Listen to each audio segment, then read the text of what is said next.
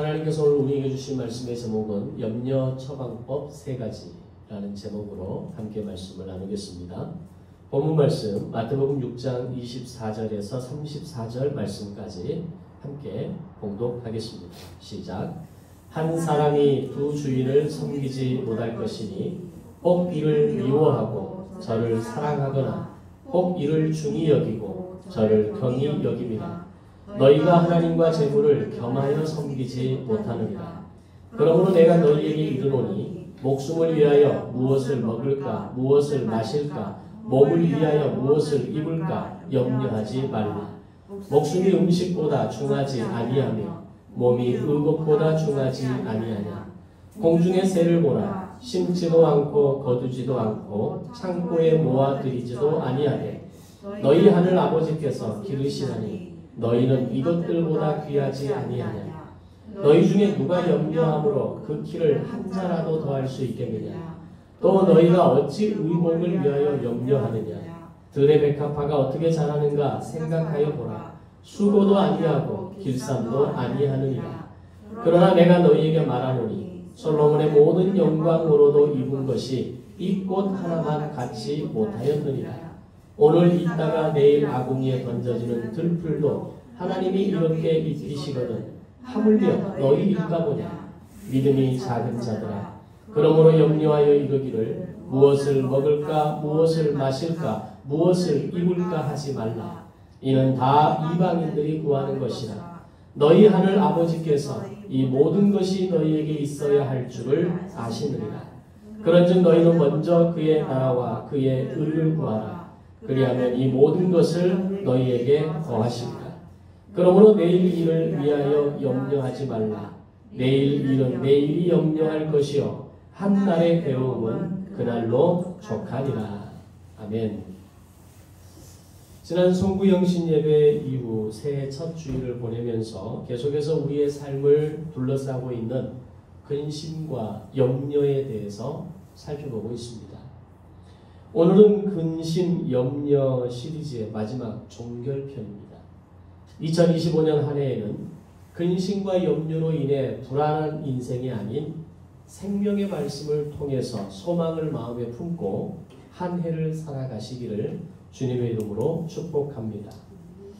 오늘 본문은 시작하면서 한 사람이 두 주인을 섬기지 못할 것이니 혹 이를 미워하고 저를 사랑하거나 혹 이를 중히 여기고 저를 경히 여기는 것이다 라고 기록하면서 절대로 하나님과 재물을 겸하여 섬길 수 없다 라고 선언합니다. 즉 한 마음으로 전혀 다른 두 개의 대상을 사랑할 수도 신뢰할 수도 없다라는 겁니다.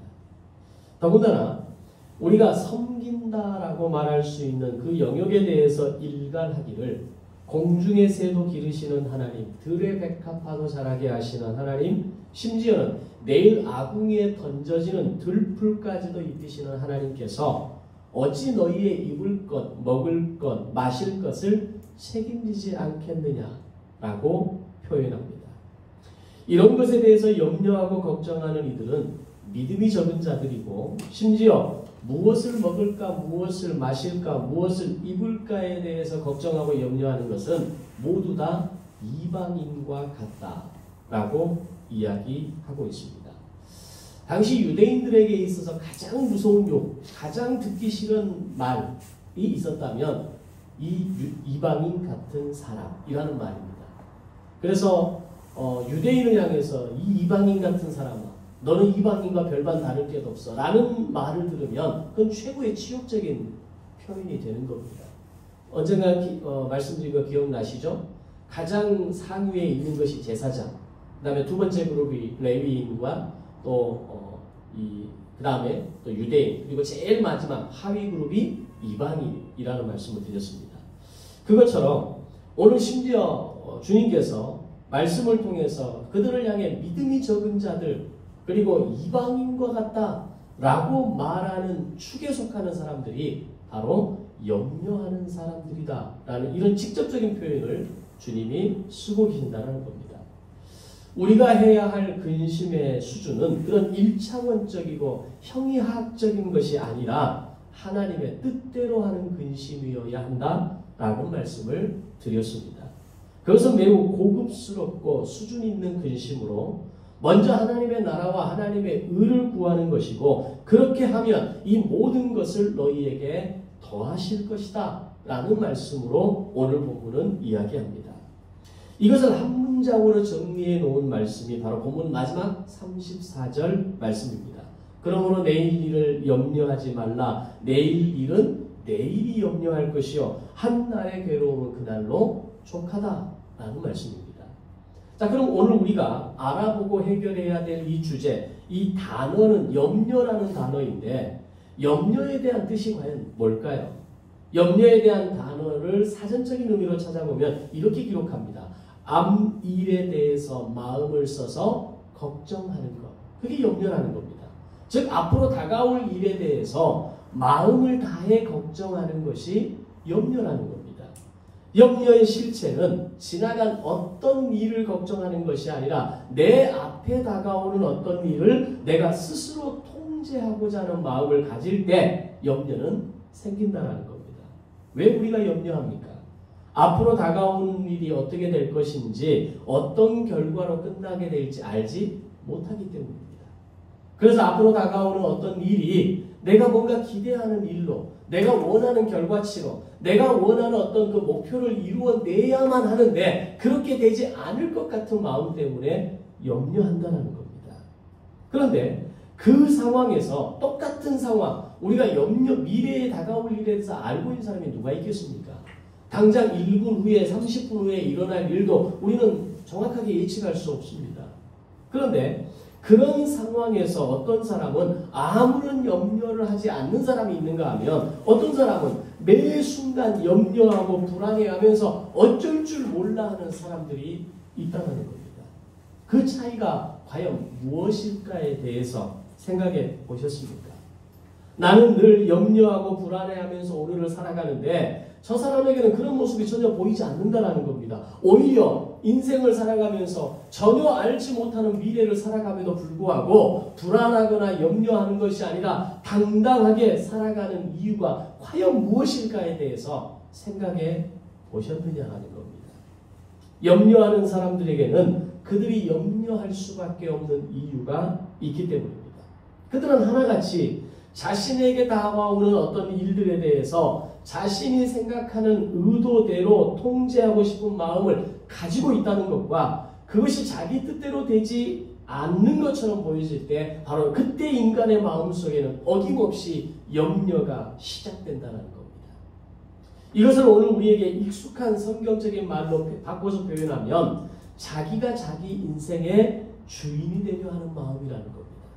자기가 자신을 통제하고 자기가 자기의 인생을 계획한 대로 뭔가 의도한 대로 계획한 대로 끌고 가려고 할 때 염려가 시작된다는 겁니다.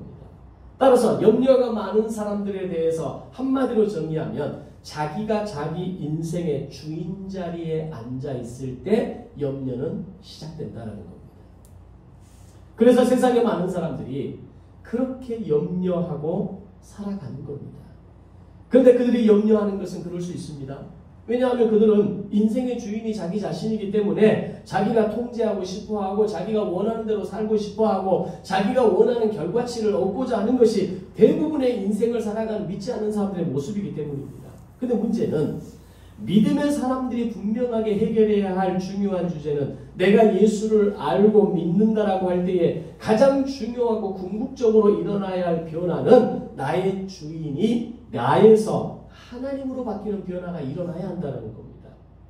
우리가 예수님의 십자가의 피로 인해서 나의 신분의 변화가 이루어진 것은 믿으십니까? 여러분이 예수를 믿음으로 그 십자가의 피가 나에게 적용되어져서 내가 하나님의 자녀가 신분으로 바뀌었다는 사실에 대해서는 믿음으로 고백하십니까? 이것을 우리는 구원받았다라고 이야기를 하죠.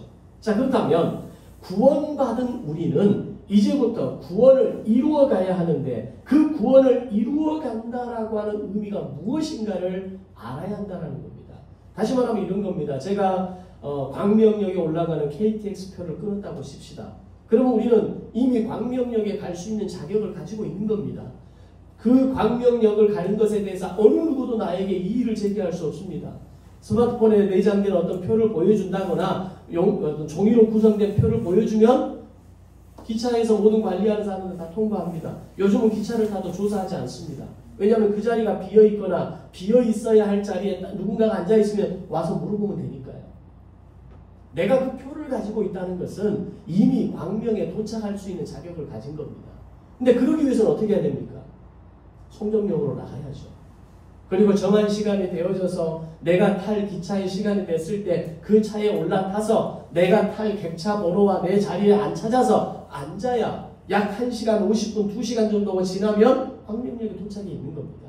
구원을 받는다는 것은 그런 겁니다. 오늘 내가 예수를 믿음으로 구원을 받았다라고 하는 것은 천국의 시민이라고 하는 하나님의 자녀라고 하는 광명역에 도착했다라고 하는 도착할 수 있다라고 하는 그 자격을 우리는 가진 사람이라는 겁니다. 그럼 뭐가 남은 겁니까? 구원을 받은 사람으로서 구원에 이르는 과정이 남아있는 겁니다. 그 구원에 이르는 과정에 가장 강력한 조건을 말한다면 바로 하나님의 로드십을 인정하는 겁니다. 내가 내 인생의 주인이 아니라 하나님이 나의 인생의 주인이심을 인정하는 겁니다. 오늘 내가 내 자녀의 주인이 아니라 내 자녀의 주인이 하나님이시고 그 자녀의 인생을 책임지는 분이 하나님이시라는 걸 인정하는 것이 구원받은 사람이 내 자녀를 바라보는 시선입니다. 이 문제가 해결되지 않으니까 내 인생을 바라봐도 염려 불안이요, 내 자녀를 바라봐도 염려 불안이고, 오늘 내 주변의 모든 것들을 어느 것을 봐도 염려하고 불안하고 근심이 올라올 수밖에 없는 상황이 펼쳐지게 되는 겁니다.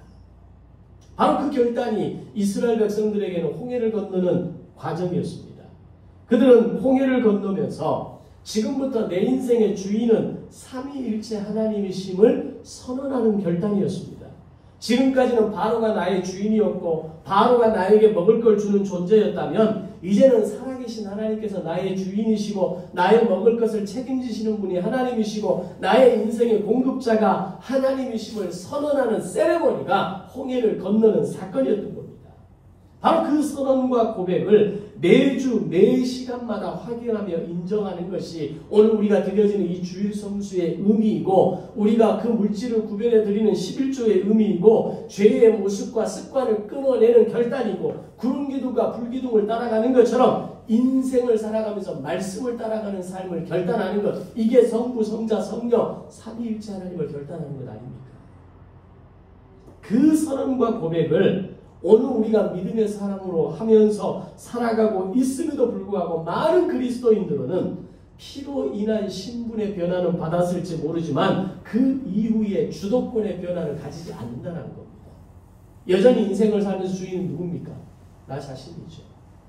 내 인생의 주인도 나 자신이고 내 물질의 주인도 내 자신이고 내 자녀의 주인도 내 자신입니다. 부모입니다. 그러니까 자녀에게 포기가 되지 않는 겁니다. 자녀를 내려놓을 수가 없는 겁니다. 자녀를 하나님께 맡겨둘 수가 없는 겁니다. 내가 계속해서 컨트롤하고 핸들링하고 내가 의도한 대로 만들어져 가야만 내 자녀에 대한 직성이 풀리는 겁니다. 그러니 자녀에 대한 염려가 하루도 끊어지지 않는 겁니다. 내 자신에 대한 인생의 염려가 한순간도 끊어지지 않는 겁니다. 내가 주인이니까. 내가 모든 위기와 위험을 가로막아야 되니까. 예방해야 되니까. 우리의 염려는 그렇게 한순간도 끊어지지 않는 겁니다. 이것이 너무나 중요한 문제임에도 불구하고 교회가 이걸 잘 가르치지 않습니다. 예수로 말미암아 그 피로 십자가로 말미암아 구원받았다는 사실은 그렇게 강조하지만 주인이 바뀌어야 됩니다. 주도권의 변화가 이루어져야 됩니다. 당신의 주인이 당신의 자녀의 주인이 물질의 주인이 하나님이시다는 것을 가르쳐줘야 합니다.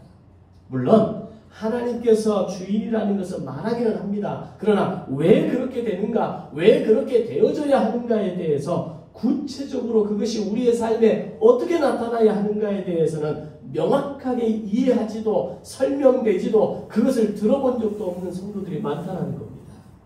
그럼 그들이 결국 어떻게 살아가게 되겠습니까? 이제는 구원받았으니 구원의 확신으로만 인생을 사는 겁니다. 그러나 그 내용으로 들어가 보면 여전히 내 힘으로 사는 것이고 내 의지와 계획대로 사는 것이고 내 통장 잔고대로 살아가는 겁니다. 그것은 곧 내가 주인 되는 삶이기에 염려하며 사는 인생이 될 수밖에 없는 겁니다. 통장 잔고가 줄어들어갈수록 염려하고 불안하고 근심이 올라오게 되는 겁니다. 내 자녀의 성적이 떨어질수록 염려와 근심이 올라가는 겁니다. 내가 몸이 아프고 내 어떤 이 신체의 어떤 이상이 오는 것을 느낄 때 염려하고 불안할 수밖에 없는 겁니다. 그런데 오늘 우리가 읽은 본문은 우리에게 전혀 다른 삶의 자세를 요구하고 있다는 겁니다. 한마디로 이야기하면 염려하지 말라라는 말씀을 하고 계십니다. 자, 그럼 본문에서 염려하지 말라고 말씀하셨다는 것은 무슨 의미일까요? 이 말씀은 우리가 염려하지 않는 것이 당연한 것임에도 불구하고 우리의 삶에는 수많은 염려가 있다라는 말입니다. 전혀 염려하지 않는데, 전혀 근심하지 않는데 그 사람을 향해서 염려하지 마십시오라고 말하지는 않지 않습니까? 오늘 염려하지 말라 굳이 이 말씀을 하시는 이유는, 그리고 많은 비유를 통해서 이렇게 장황하게 설명하시는 이유는 그만큼 염려하지 않는 것이 중요한 삶의 원칙임에도 불구하고 우리는 끊임없이 염려하고 또 염려하는 인생을 살아가고 있다는 겁니다. 만약에 우리가 잠들기 전에 염려하고 잠들었다고 칩시다. 그럼 아침에 일어나면 더 이상 염려할 필요 없는 겁니다. 이미 그것은 지나간 과거인 것이고 그것은 내가 염려해서 해결할 수 없다는 것을 우리는 이미 확인하는 겁니다. 만약에 그렇게 염려했다면 아침에 눈을 뜨면 해결되어야 정상 아닙니까? 내가 염려해야 그 문제를 막을 수 있다면 그 문제는 다가오지 않는 게 정상 아닙니까? 그런데 그렇게 수많은 시간을 염려하고 고민하고 잠자리에 들었음에도 불구하고 심지어는 밤새도록 잠을 뒤척이면서 잠을 자지 못했음에도 불구하고 그 다음날 아침에 눈을 뜨면 어김없이 내 삶의 문제는 여전히 남아있다는 겁니다. 내가 그렇게 예방하고 싶었던 문제들이 어김없이 나에게 다가오는 걸 느낀다는 겁니다. 자, 그럼 어떤 분들은 이 말씀에 대해서 이렇게 반응하는 사람도 있을 수 있습니다. 아니, 그러면 인생의 주인 되시는 하나님께서 우리에게 다가올 수 있는 모든 염려를 미리 제어하시고 우리의 모든 염려를 미리 막아주시고 인생의 모든 염려거리를 미리 다 없애버리시면 되는 것 아닙니까? 그게 하나님 아니십니까? 이렇게 반문할 수도 있겠죠. 실제로 저도 그런 생각을 하긴 했습니다. 아니, 내 인생의 주관자가 하나님 아니십니까? 그러면 내 인생을 좀 편하게 좀 만들어주시고 너무 숨가쁘게 저를 좀 몰아치지 마시고 좀 문제도 좀 하나 둘 좀 해결할 만한 것들을 좀 느긋하게 좀 오게 하시든지, 하나 해결하면 또 하나 오고 또 하나 해결하면 또 하나 오고, 하나님 어떻게 이렇게 나를 몰아치십니까? 너무한 것 아닙니까? 하나님께 항의했던 시간도 저에게 있습니다. 그런데 신앙생활을 해나가면서 깨닫게 된 사실은 염려 그 자체를 하나님께서 우리에게 가져다 주시는 것이 아니라 염려는 내가 선택하는 것이다라는 겁니다. 내가 그 염려를 선택한 겁니다. 밤잠을 이루지 못하고 염려하는 그 방법과 그 시간과 그 고민의 내용을, 그 무게를 내가 선택한 겁니다. 그리고 우리에게 염려하지 말라라고 하는 이 또 다른 의미는, 이 말씀은 단순히 도덕적 요구를 우리에게 하고 있는 것이 아니라 믿음으로 살아라라는 이 표현을 또 다른 표현으로 염려하지 말라라고 말씀하고 있다는 것을 깨닫게 되었습니다. 염려는 우리가 선택한 겁니다. 동시에 염려하지 말라는 것은 우리에게 도덕적 권면을 하고 있는 수준의 정도가 아니라 믿음으로 사는 것이 뭔지 아느냐? 염려하지 않는 거다. 이 얘기를 하는 것이었습니다. 따라서 오늘 본문을 정리하면 염려는 그냥 없어질 수 있는 것이 아니라 우리가 믿음으로 살기를 결단할 때 염려는 사라지지만 반대로 염려로 살면 믿음이 사라진다는 겁니다. 주님은 이 말씀을 당시의 백성들에게 깨닫게 하시기 위해서 그들에게 익숙한 것들을 예로 들어서 반복해서 설명하셨던 겁니다. 본문 25절을 보면 이렇게 말씀합니다. 목숨을 위하여 무엇을 먹을까, 무엇을 마실까, 몸을 위하여 무엇을 입을까 너희는 염려하지 말라 라고 말씀하십니다. 이 말을 요약하면 먹고 사는 거 걱정하지 말라는 겁니다. 왜냐하면 하늘에 나는 새와 저 꽃 하나를 입히시는 분이 하나님이신데 그것보다 너희들이 귀하고 너희들의 존재가 얼마나 귀한데 너희들의 먹고 사는 걸 내가 책임지지 않겠느냐라는 말씀입니다. 즉 하나님이 너를 책임지신다라는 것을 말씀하고 계십니다. 그런데 이 말씀을 왜곡해서 많은 성도들이 먹고 사는 문제를 세속적인 것으로 치부하는 사람들도 생겨나게 됩니다. 아무리 성경에서 먹고 사는 것을 걱정하지 말라고 했다 할지라도 그것을 세속적인 것으로 치부하고 내편개치는 것에 대해서는 잘못 이해하고 있는 겁니다. 실제로 우리가 인생을 살면서 먹고 사는 게 얼마나 중요합니까?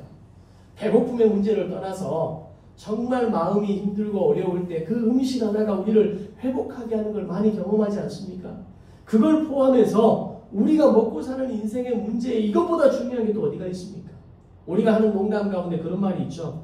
다 먹고 살자고 하는 짓이다. 맞는 말입니다. 그게 비성경적 말이 아닙니다. 우리가 먹고 살기 위해서 열심히 일하는 겁니다. 먹고 살기 위해서 때로는 치열하게 살아가는 겁니다. 먹고 살기 위해서 내가 오늘도 내게 주어진 일을 감당하고 살아가는 겁니다. 틀린 말이 아닙니다. 근데 중요한 건 하나님이 이걸 모르시는 분이 아니라는 겁니다. 오늘 우리는 마음 깊은 곳에서부터 인생을 살면서 먹고 사는 문제가 너무나 중요한 사람들이라는 것을 하나님은 알고 계십니다. 그리고 그 이상의 아무리 중요한 인생의 가치관들도 가장 기본적으로 먹고 사는 문제가 해결되지 않으면 생각할 수 없는 겁니다. 오늘 우리가 지금 이 사회적인 분위기에서 복지가 굉장히 많이 좋아졌죠. 장애인들을 비롯해서 또 어떤 생활의 빈곤층 또는 연령이 많은 분들의 생활대책에 세워지지 않은 사람들을 위해서 여러 복지 혜택들이 있습니다. 이 복지는 언제 나오는 겁니까? 먹고 사는 문제가 기본적으로 해결되어야 그 다음에 복지가 나오는 거, 그 다음에 문화가 나오는 겁니다. 우리가 살아가는 인생도 인생의 가장 기본적인 먹고 사는 문제가 중요합니다. 오늘 성경에서도 오늘 말씀을 통해서도 오늘 우리의 인생에 있어서 이 먹고 사는 게 얼마나 중요한 것인지 끊임없이 말씀은 이야기합니다. 우리가 처음 신앙생활 시작할 때에도 사실 여기서부터 시작한 사람이 대부분 아닙니까? 먹고 사는 문제 해결해달라고 교회에 나온 사람이 있습니다. 갑자기 생긴 내 병을 낫게 해달라고 교회에 나온 사람이 있습니다. 내 인생에 해결되지 않은 어떤 문제와 어려움을 해결해달라고 하나님을 믿기로 결정한 사람들이 있습니다. 그럼 그 믿음은 잘못된 겁니까? 아니요. 거기서부터 시작합니다. 다 고상한 척하고 앉아있지만 사실 우리의 믿음의 출발은 가장 그 기본적인 나의 인생의 문제와 1차원적인 나의 삶의 모습과 내 삶에 고립되고 제한된 인생을 해결하기 위해서 우리는 이 자리에 앉아 있었던 겁니다. 그만큼 인생에서 먹고 사는 문제라고 하는 이 기본적인 삶의 문제는 너무나 중요하다는 겁니다.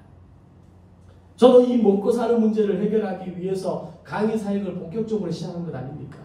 그럼 목사로서 저는 잘못된 선택, 세상적인 선택을 한 것일까요? 올해는 제가 브릿지 진로 코칭 센터라는 새로운 교육사업을 오픈하고 엊그저께 사업자 대표를 냈습니다. 사업자를 하나 만들었습니다. 저는 이 업체를 통해서 올해 이 전남 지역, 광주 지역, 그리고 제주 이 지역에 있는 학교 약 500여 학교에 저는 제안서를 낼 겁니다. 입찰을 하고 거기에 제 목표는 올해 30개 학교에 입찰을 받아내는 겁니다.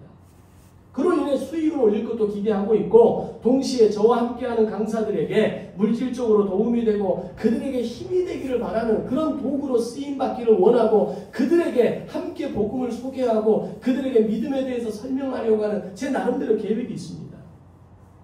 저는 분명 목사이고 하나님을 전적으로 신뢰하지만 여전히 먹고 사는 문제는 지금도 앞으로 너무나도 중요한 문제라는 거 저는 인정합니다. 그럼 제가 목회자로서 이런 마음으로 사업을 하는 것이 이런 마음으로 사업을 시작하는 것이 잘못된 것일까요? 또는 여러분들이 직장에서 승진하기를 원하고 더 많은 연봉을 받기를 기대하고 또 내 삶이 내 시간이 더 안정되고 확장되기를 바라는 마음이 다 잘 먹고 잘 살자는 의도인데 그게 다 잘못된 것이냐는 겁니다. 성경이 지금 그거 하지 말라는 이야기냐는 겁니다. 답을 말씀드리면 하나도 잘못된 것이 없습니다. 우리에게 먹고 사는 것이 얼마나 중요한지 주님이 더 잘 아십니다. 그렇다면 왜 주님은 이 염려라는 주제를 말씀하시면서 계속해서 우리의 먹고 사는 문제를 가지고 오시는 이유가 뭐냐라는 겁니다. 아니 좀 다른 주제를 가지고 이야기를 하면서 염려하지 말아라 라고 이야기한다면 우리가 헷갈리지 않습니다. 그런데 먹고 사는 문제를 가지고 이야기하면서 염려하지 말라라고 이야기하니까 혹자는 그럼 우리의 먹고 사는 문제는 너무나 인간의 그 본능적인 영역이기 때문에 믿음의 사람들은 고상해야 되니까 이런 먹고 사는 문제를 가지고 고민하는 것은 잘못된 거다. 이렇게 오해가 나오는 겁니다. 그럼 왜 염려라는 주제를 이야기하시면서 우리의 먹고 사는 문제를 가지고 말씀하시는 이유가 뭐냐라는 겁니다. 왜냐하면 우리가 염려하는 가장 주된 영역과 주제가 먹고 사는 문제이기 때문에 그렇습니다. 여러분 작년보다 올해 내가 연봉이 100만 원 올랐다고 칩시다. 내가 100만 원 수익을 더 벌었다고 칩시다. 염려 안 합니까? 작년보다 올해 내가 더 많은 어떤 것들을 누리고 살아간다고 칩시다. 염려 안 합니까? 내가 작년에 먹어보지 못했던 음식들을 먹고 좋은 식당을 가고 좋은 여행을 가고 좋은 뭔가를 누리고 살아간다고 할 때 우리 염려하지 않습니까? 염려는 또 합니다. 먹고 사는 문제는 조금 더 나아졌다고 해서 더 이상 염려하지 않고 살아가는 게 아니라는 겁니다. 먹고 사는 문제는 바로 그런 주제입니다. 우리의 가장 염려의 주제가 먹고 사는 문제라는 걸 주님은 너무나 잘 알고 계시기 때문입니다. 주님은 지금 우리에게 먹고 사는 것을 문제 삼는 것이 아니라 먹고 사는 이 부분에 대해서 너희는 왜 걱정을 하고 있느냐 이걸 문제 삼고 있는 겁니다. 지금까지 성경은 인생의 먹고 사는 문제에 대해서 그런 것들은 하나도 중요한 것이 아니니 너희는 오직 말씀으로 살고 너희는 오직 은혜로만 살아라 라고 말한 적이 단 한 번도 없습니다. 만약에 우리 인생이 진짜 먹고 사는 문제가 중요한 문제가 아니라면 이스라엘 백성들이 출애굽 이후에 광야 40년을 살아가는 동안 그들에게 만나를 하나님은 공급하지 않으셨을 겁니다. 예수님의 말씀을 듣기 위해 모여든 수많은 사람들의 먹을 것을 제자들을 향해서 너희가 먹을 것을 주라고 말하지 않았을 겁니다.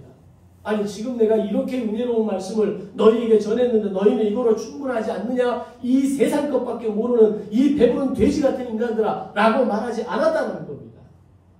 이 말을 이해하지 못하니까 예수님께서 직접 어떻게 하십니까? 어린아이가 가지고 나온 오병이어를 가지고 그것을 가지고 축사하시고 그것을 지켜보는 그 자리에 있는 많은 사람들 남자만 5,000명이 앉아있는 그 자리에서 놀라운 기적을 일으킨 것 아닙니까?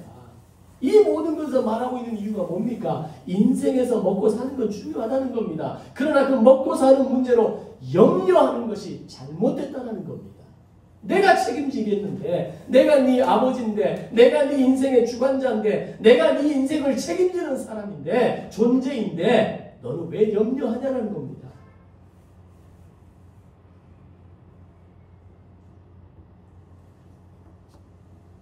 저 새들도 먹이고 저 꽃도 입히시고 저 들풀도 자라게 하시는 하나님인데 왜 염려하느냐? 이 말은 다른 말로 네 아버지다. 너 고아 아니다. 너 고아 같은 인생 아니야. 내가 너 아버지야. 내가 네 인생 책임질 거고 내가 네 인생을 주관하고 내가 네 인생을 가장 쉴 만한 물가로 인도하는 존재인데 그렇게 끊임없이 말씀하심에도 불구하고 우리는 눈만 떴다 하면 먹고 사는 문제를 걱정하고 오늘 내 삶의 문제가 어떻게 해결될지를 걱정하고 내 자녀의 인생이 어떻게 될까를 걱정한다면 그것은 바로 하나님이 내 아버지라는 걸 인정하지 않는다는 겁니다. 이게 무서운 겁니다. 만약에 하나님이 내 아버지라는 걸 인정하신다면 내 자녀를 하나님 앞에 올려드리고 내 인생을 하나님 앞에 올려드리고 오늘 내가 먹고 사는 문제를 하나님 앞에 올려드리는 겁니다. 바로 그것이 하나님이 내 아버지시라는 것을 인정하는 가장 일차원적이면서 가장 근본적이면서 가장 궁극적인 삶의 출발점이라는 것을 오늘 우리에게 말씀하고 있는 겁니다. 우리가 하나님의 주인 되심을 믿는다고 하고 하나님이 내 인생을 책임진다고 말하면서도 여전히 매일 아침 눈을 뜨면 시작하는 것이 무엇을 먹을까 무엇을 입을까를 염려하고 산다면 그것은 마치 부모 없는 자녀가 자기 인생을 스스로 책임지고 아둥바둥 살려고 하는 것과 같은 모습이라는 겁니다. 물론 이 말이 우리 여자분들이 농문을 열고 옷장문을 열고 입을 옷이 하나도 없네 뭐 이런 거하고는 차원이 다른 이야기죠. 지금 그런 얘기를 하는 게 아닙니다. 부모가 나를 책임진다는 것을 아는 자녀들은 걱정하지 않습니다. 너무나 당연하게 부모에게 먹을 것을 내놓으라고 당당하게 요구합니다. 이미 자립한 자녀들도 집에만 오면 엄마 아빠가 나를 위해서 뭐 맛있는 걸 해줄까? 나를 위해서 뭔가를 나에게 채워줄 것을 기대하는 게 자녀 아닙니까? 그런 자녀를 보면서 이천없는 것아이라고 부모들을 이야기하지 않습니다. 하나라도 더 챙겨주고 싶고 하나라도 더 가져가라고 하고 하나라도 더 먹이고 싶은 게 부모의 마음입니다. 이게 하나님 아버지의 마음과 비교했을 때 그 이상이라는 거죠. 내가 지금 먹고 싶은 게 무엇인지 머뭇거리지 않고 내 아버지, 내 어머니, 내 부모라는 걸 인정하는 자녀는 주저하지 않고 이야기합니다. 왜 그렇습니까? 내 부모이기 때문에, 부모는 나를 책임지는 존재이기 때문에, 어린 자녀들이 부모 앞에서 그렇게 살아가는 것은 너무나 당연하기 때문입니다. 특히 아이들 중에서도 부모의 돌봄을 경험하지 못하고 살았던 아이들이 먹을 걸 달라는 요청을 할 때 쭈뼛거립니다. 시설에 있는 아이들이 하는 그 습성 중에 하나가 뭐가 있냐면요. 방문하는 사람들이 음식을 가져오고 빵을 가져오고 과자를 가져오면 그것을 그렇게 꼼쳐놓는다고 합니다. 왜냐하면 오늘 이게 나한테 주어졌지만 이 먹고 싶은 간식이 내가 먹고 싶을 때 내가 주어지지 않을 걸 생각해서 그걸 자기만의 어떤 공간 속에 모아둔다는 겁니다. 나중에 뭘 모아둔지를 몰라서 썩어 자빠지는 상황이 나오는 거죠. 어떻게 보면 안타까운 겁니다. 근데 바로 그게 영적으로 우리 모습입니다. 그렇게 아둥바둥하고 살아가면서 뭔가를 비축하고 뭔가를 숨겨두고 그렇게 우리가 날마다 염려하고 걱정하고 살아가면서도 하나님이 나의 공급자이시고 하나님이 내 인생의 주관자이시고 나의 인생을 책임진다는 그 사실 앞에서 우리는 늘 주저하고 염려하고 심지어는 더 이상 먹을 것이 공급되지 않을 것 같아서 걱정을 하고 올해는 내 소득이 줄어들 것 같아서 걱정하고 올해는 내가 내 삶에 더 채워지지 않을 것 같아서 염려를 하고 살아가는 그 나의 모습과 영적인 그의 나의 모습과 그 어린아이의 모습과 다른 게 뭐냐는 겁니다. 오늘 주님이 우리에게 말씀하시는 이 염려하지 말라는 말씀은 내가 네 아버지야 라는 강력한 선포입니다. 아무 대책 없이 염려하지 마 라고 말하는 게 아니라 내가 네 아버지인데 내가 너를 책임질 건데 너는 고아 같은 인생이 아닌데 왜 너는 자꾸 고아처럼 살려고 하느냐. 이 말씀이 염려하지 말라라는 이 말 안에 다 포함되어 있는 겁니다. 그럼 왜 우리는 그렇게 염려하고 걱정하고 불안해하는 걸까요?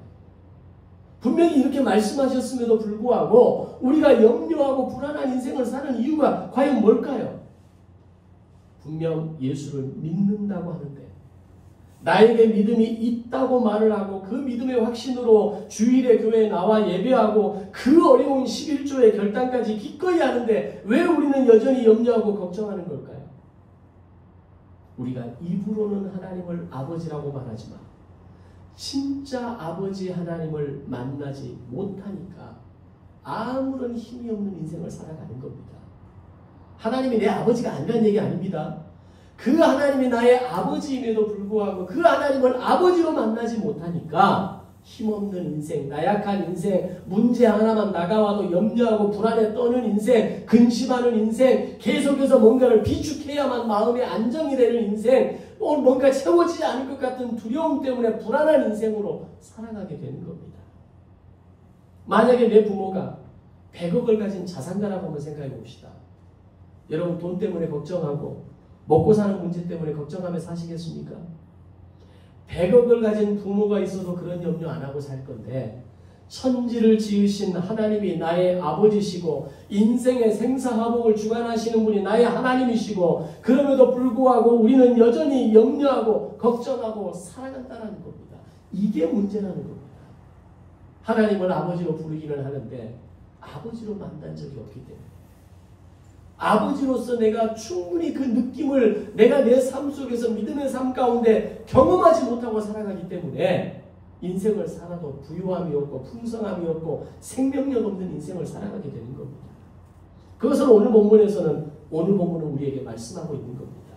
그러면서 오늘 우리의 이런 염려를 해결할 수 있는 처방전 3가지를 소개합니다. 첫 번째 법은 하나님을 나의 아버지로 만나는 겁니다. 옆집 아저씨로 하나님을 여기는 것이 아니라 그래서 무슨 말을 할 때 어렵게 쭈뼛쭈뼛 거리는 것이 아니라 하나님께 당당히 요구하고 제안하고 기대하면서 하나님 나 기다리면 되는 거죠. 하나님, 내가 하나님의 어떤 그 인도하심을 기대하면서 내가 잠시 버티고 견디면 되는 것 아닙니까? 하나님, 내 인생을 책임져 주시는 분이 내가 하나님이신 것을 내가 믿습니다. 그 하나님을 신뢰합니다. 그 하나님을 만나는 겁니다.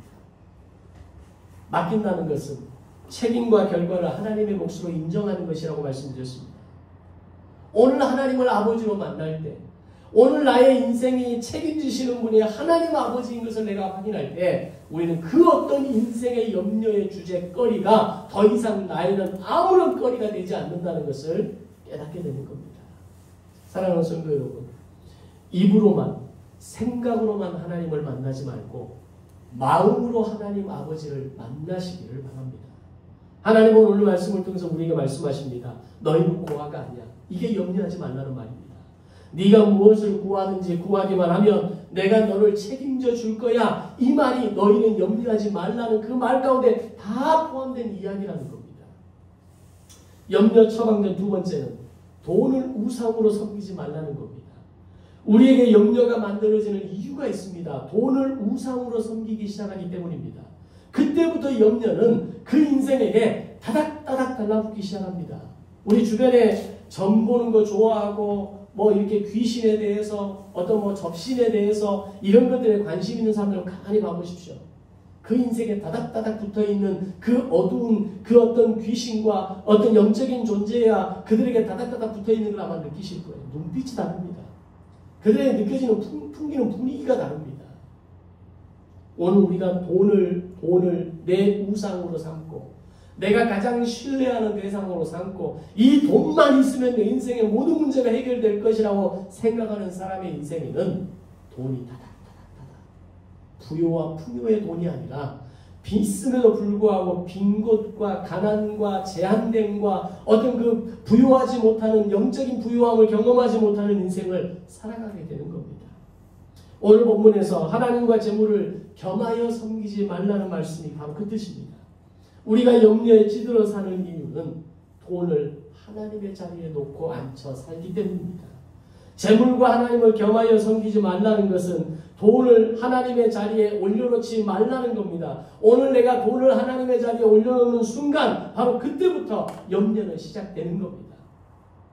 통장 잔고가 빠져나가면서 염려가 시작되고 갑작스럽게 사건 사고가 일어나면서 염려가 시작되는 것이고 오늘 어느 순간부터 돈을 하나님처럼 사랑하는 순간 우리에게는 수많은 염려거리들이 우리에게 다가올 수밖에 없는 겁니다. 이 말은 하나님을 안 믿는다는 말이 아닙니다. 저 사람들은 하나님을 안 믿는다는 말이 아닙니다. 그들은 분명히 이렇게 말합니다. 나는 하나님을 믿습니다. 하나님이 나의 구원자이심을 믿습니다. 그들은 하나같이 하나님을 다 믿는다고 말합니다. 그럼에도 불구하고 염려한다는 것은 오늘 우리 안에 하나님만큼이나 돈을 사랑하고 섬기고자 하는 마음이 내 안에 자리 잡고 있기 때문입니다. 그리고 어느 순간 하나님은 내 인생의 바깥으로 떠나버리고 밀어내버리고 돈을 내 인생의 가장 중요한 하나님 자리에 올려놓는 나의 모습이 만들어지는 겁니다. 그런 사람은 통장 잔고를 바라보고 스스로 안도감에 사로잡힙니다. 이 정도면 앞으로 몇 달은 살 수 있겠다. 스스로 안도합니다. 이 정도면 노후의 삶이 힘들지는 않겠다. 스스로 만족합니다. 그러나 한순간에 내 생명 거두어 가시고 한순간에 통장 잔고 바닥나고 한순간에 사건 사고로 인해서 내가 쌓아두고 비축의 모든 것들이 사라지고 그것들이 없어지게 될 때 그것을 이루기 위해 몸부림치며 살았던 염려하는 인생으로 전락하고 마는 겁니다. 돈을 사랑하기 시작하면 어느 날 우리는 돈에 대해 갈망하기 시작합니다. 돈에 대한 갈망을 하기 시작하면 염려는 그 순간부터 우리의 인생에 끊어지지 않는 숙제가 되는 겁니다. 돈에 대한 갈망이 계속되면서 염려가 가득해지면서 우리의 영혼에는 하나님을 채울 공간이 더 이상 존재하지 않게 되는 겁니다. 우리가 돈을 갈망하고 돈으로 할 수 있는 것들을 끊임없이 상상하고 살아가는 한 어떤 말씀을 들어도 그 말씀들이 단 한순간도 내 안에 자리 잡지 못하는 겁니다. 그래서 믿음이 없는 사람들, 하나님의 그 존재와 하나님의 나의 아버지 되심과 하나님의 내 인생의 주인 되심을 인정하지 않는 사람들은 그 마음속에 돈으로 세상의 물질적인 것 우선순위로 가득 차 있기 때문에 하나님의 말씀이 들려도 들어지지 않는 겁니다. 여러분의 인생에서 돈이 차지하는 자리가 하나님의 자리라면 바로 그것을 정리하는 것에서부터 여러분의 염려의 절반은 사라지게 될 것입니다. 33절을 보면 너희는 먼저 그의 나라와 그의 의를 구하라 라고 말씀합니다. 이 말씀의 의미는 우선순위가 잘못되면 안 된다는 겁니다. 여러분의 삶의 우선순위가 잘못되면 여러분의 삶에서 근심과 걱정이 떠나지 않는 겁니다. 여러분의 우선순위는 바르게 세워져 있습니까? 하나님 나라가 1번입니다. 가족과 가정이 2번입니다. 내게 붙여주신 사람이 소중한 사람이 3번입니다. 일과 목표가 4번입니다. 근데 세상을 살아가는 많은 사람들은 4번이 1번이 되고 3번이 2번이 되고 2번이 3번이 되고 마지막 1번이 4번이 되어버리는 겁니다. 이 순서가 바뀌고 무너지기 시작하면 사람도 가족도 급기야 하나님의 나라도 잃어버리는 인생이 되는 겁니다.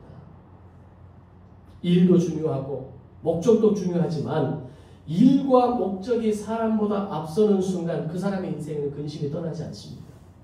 가족이 중요하고 사람이 정말 중요하지만 하나님보다 하나님 나라보다 앞서는 사람에게는 근심이 떠나지 않는 겁니다. 많은 성도들에게 우선순위가 잘못되어 있습니다. 일이 1등이고 사랑이 2등이고 하나님이 3등으로 살아가는 사람들이 대부분이라는 겁니다. 바로 그때부터 우리는 염려하기 시작합니다. 우선순위가 무너진 사람에게는 염려와 근심이 어김없이 닥쳐올 겁니다. 여러분의 우선순위가 바르게 세워져 있다면, 바로 세워질 수만 있다면 어떤 선택의 상황에서도 헷갈리지 않는 선택을 하시게 될 것입니다. 선택을 할 때 1번을 먼저 점검하셔야 됩니다. 하나님의 나라를 내가 포기하는 것은 아닌지, 하나님의 그 이름을 내가 그 명예에 스크래치 내는 것은 아닌지, 그리고 오늘 내 가족과 가정에 대해서 내가 포기하는 것은 아닌지, 내게 붙여준 소중한 사람에 대해서 내가 소홀히 하고 있지는 않는지, 그리고 마지막 일과 목표를 따라가는 겁니다. 현직 대통령의 자리에 올랐던 저 사람에게 왜 저런 비극이 일어났을까요? 국민을 지켜야 하는 것이 우선순위인 대통령이 자신과 배우자를 우선순위로 두기 때문에 일어난 일입니다. 국민을 기쁘게 하고 즐겁게 해야 하는 것이 우선순위인 대통령이 밤마다 마시는 술로 자신을 즐겁게 하는 것이 최우선이 됨으로 인해서 이런 비극이 일어나는 겁니다. 대통령은 최고의 권력자 아닙니까? 인생을 살면서 이 최고의 권력자에 오를 수 있는 가능성이 과연 몇 프로나 있겠습니까? 대통령에 대해서 단 한 번도 가능성을 생각할 수 없었던 사람이 감히 그 자리에 앉아있는 것 아닙니까? 보통의 삶을 살아가는 일반인이든 우선순위가 바뀌면 근심과 염려의 공격을 피할 수 없다는 겁니다. 대통령이 되었다면 국민을 먼저 생각해야 되고 나라를 먼저 생각해야 되고 자신이 대통령으로 감당해야 될 사명을 먼저 생각하는 것입니다. 그런 우선순위가 무너지니까 그 인생이 무너지고 나라가 무너지는 위기에 우리가 처해져 있는 겁니다. 염려 처방전 세 번째, 오늘 보면 마지막 34절에서 이렇게 기록됩니다. 그러므로 내일 일을 위하여 염려하지 말라. 내일 일은 내일이 염려할 것이요 한날의 괴로움은 그날에 족하니라. 이 말씀을 한 문장으로 요약하면 우리가 염려를 끊고 염려하지 않기를 원한다면 오늘을 사는 법을 배우라는 겁니다. 다시 말하면 오늘을 최선을 다해 살아가면 내일은 하나님의 인도하심을 따라가면 되는 겁니다. 오늘을 살면서 내일의 시간의 주인이 나라고 착각하면 안 된다는 겁니다. 오늘이 내 몫이라면 내일은 하나님의 시간의 영역이라는 것을 인정해야 됩니다. 우리에게 너희에게 주어진 오늘을 기억하고 오늘을 살라고 말씀합니다. 내일은 내 것이니까 너는 신경 쓰지 말라고 말씀합니다. 오늘을 살아내면, 오늘을 그렇게 살아내면, 오늘을 말씀대로 살아내면 너희에게 주어진 오늘을 내가 원하고 기대하는 대로 살아내기만 하면 내일은 오늘을 살아낸 너희들에게 주는 선물이다라고 말씀하고 있는 겁니다. 그러면 염려 없어. 그러면 아무 염려 없는 거야. 이렇게 말씀하고 계신 겁니다. 오늘을 나에게 주어진 인생으로 생각하고 멋지게 살아내는 저와 여러분이 되시기를 바랍니다. 오늘을 제대로 살아내지 못하면서 내일을 걱정하는 것은 이율배반적인 것 아닙니까? 오늘을 최선을 다해 살아가고 오늘을 성실하게 살아가고 오늘을 믿음으로 살아내고 승리하며 살아내는 사람이 내일을 받아들일 수 있는 자격이 있는 사람이라는 얘기입니다. 그래서 오늘 말씀에서 내일 일은 내일 염려할 것이요 오늘 염려는 오늘에 족하다라는 겁니다. 그런데 우리는 오늘의 염려도 모자라서 내일 모레 염려, 앞으로 5년 후, 10년 후의 염려를 다 머리와 마음속에 담아서 염려하는 인생으로 살아가고 있는 겁니다. 이건 비신앙적인 삶의 결단입니다.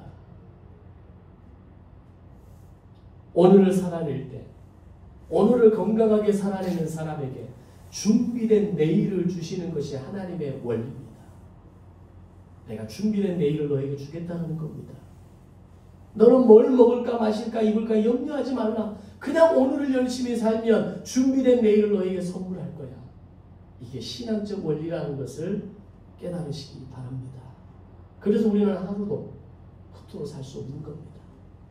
내일을 염려하고 불확실한 미래를 걱정하고 다가올 미래에 올해 내 수입이 얼마나 떨어질까 얼마나 적을까 얼마나 많은 위기가 있을까 이런 염려하지 말고 오늘을 성실하게 하나님 앞에 정직하게 오늘도 믿음의 말씀으로 내가 승부사를 걸어가며 살아갈 때 오늘 저와 여러분의 인생의 내일을 하나님은 책임져 주실 것이고 가장 아름다운 내일을 선물로 여러분의 손 위에 올려주실 것입니다. 우리 미나가 시를 들려주니까 너무 좋아하더라고요. 오늘 시로 오늘 하루 또 말씀을 마무리할까 합니다. 시인 도종환님의 오늘 하루라는 시입니다. 이 시 안에는 이 마지막 세 번째 처방법을 담아내고 있는 시라는 생각이 들어서 함께 나눕니다. 햇볕 한 줌 앞에서도 물 한 방울 앞에서도 솔직하게 살자. 꼭 한 번씩 찾아오는 어둠 속에서도 진흙 속에서도 제대로 살자. 수천 번 수만 번 맹세 따위 다 버리고 단 한 발짝을 사는 것처럼 살자. 창호지 흔드는 바람 앞에서 은사시 때리는 눈보라 앞에서 오늘 하루를 사무치게 살자. 돌멩이 하나 앞에서도 모래 하나 앞에서도 오늘 저와 여러분이 이 마음의 자세와 이 신앙의 고백으로 오늘 하루를 살아내기를 소망합니다. 염려하고 걱정하고 불안해하면서 인생을 허비하는 것이 아니라 내게 주어진 오늘 하루를 멋지게 살아내므로 선물처럼 주시는 내일을 맞이하시는 성도들이 되시기를 주님의 이름으로 축원합니다.